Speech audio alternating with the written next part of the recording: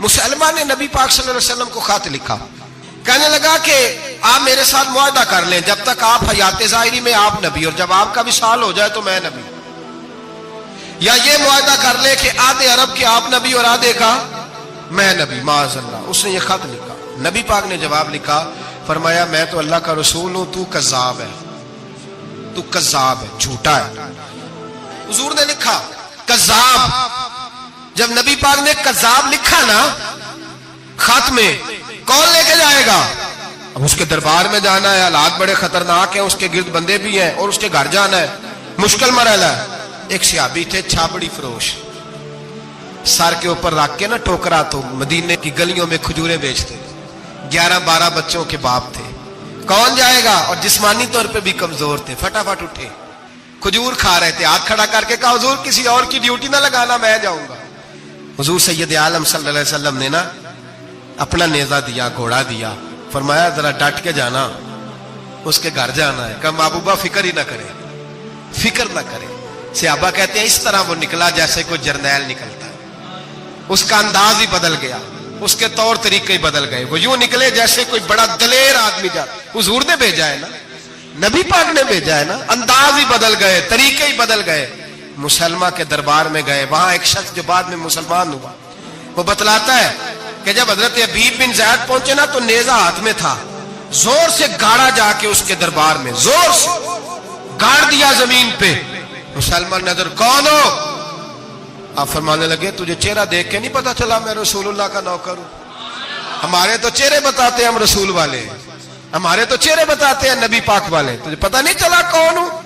کیسے آئے ہو؟ فرمایا یہ تیرے خط کا جواب لایا ہوں۔ بادشاہوں کا طریقہ یہ تھا کہ خط خود نہیں پڑھتے تھے، ساتھ ایک بندہ کھڑا ہوتا تھا، وہ خط پڑھتا تھا۔ مسلمان نے اس کو خط دیا، پڑھو۔ جب اس نے خط پڑھا تو لکھا تھا تو کذاب ہے۔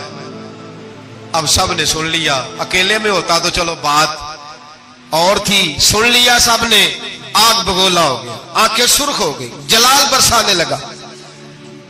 اب اور تو کچھ نہ ہوا، سامنے حضرت حبیب کھڑے تھے، اٹھا تلوار لے کے کہنے لگا تیرے نبی نے مجھے کذاب کہا ہے، تیرا کیا خیال ہے؟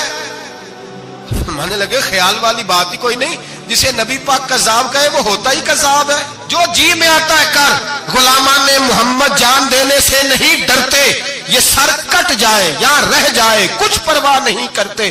میں اکثر کہتا ہوں کٹ لگ جائے نا ہاتھ پہ تو نمازیں رہ جاتی ہیں، جماعتیں چھوٹ جاتی ہیں، طبیعتیں بگڑ جاتی ہیں، مشکل ہوتا ہے، تکلیف آئے تو سنبھلنا۔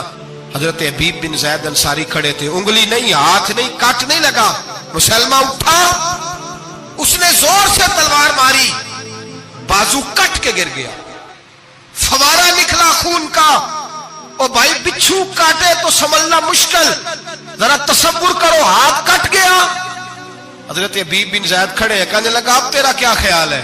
آپ فرمانے لگے تو بڑا بے وقوف ہے، ہمیں آزماتا ہے، ہمیں تو بدر سے لے کر احد تک ساری دنیا آزما چکی ہے، ہمیں آزماتا ہے، ابھی بھی خیال پوچھتا ہے۔ فرمایا میرا خیال وہی ہے جو میرے رسول نے فرما دیا، خیال وہی ہے جو نبی پاک نے کہہ دیا ہے۔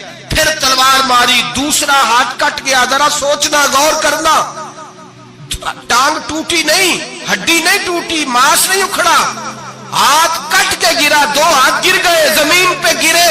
حضرت حبیب کہنے لگا میں تجھے قتل کر دوں گا، باز آ جا۔ آپ فرمانے لگے تو بڑا نادان ہے، ان لوگوں کو ڈراتا ہے جو سویرے فجر کی نماز پڑھ کے پہلی دعائی شہادت کی مانگتے ہیں۔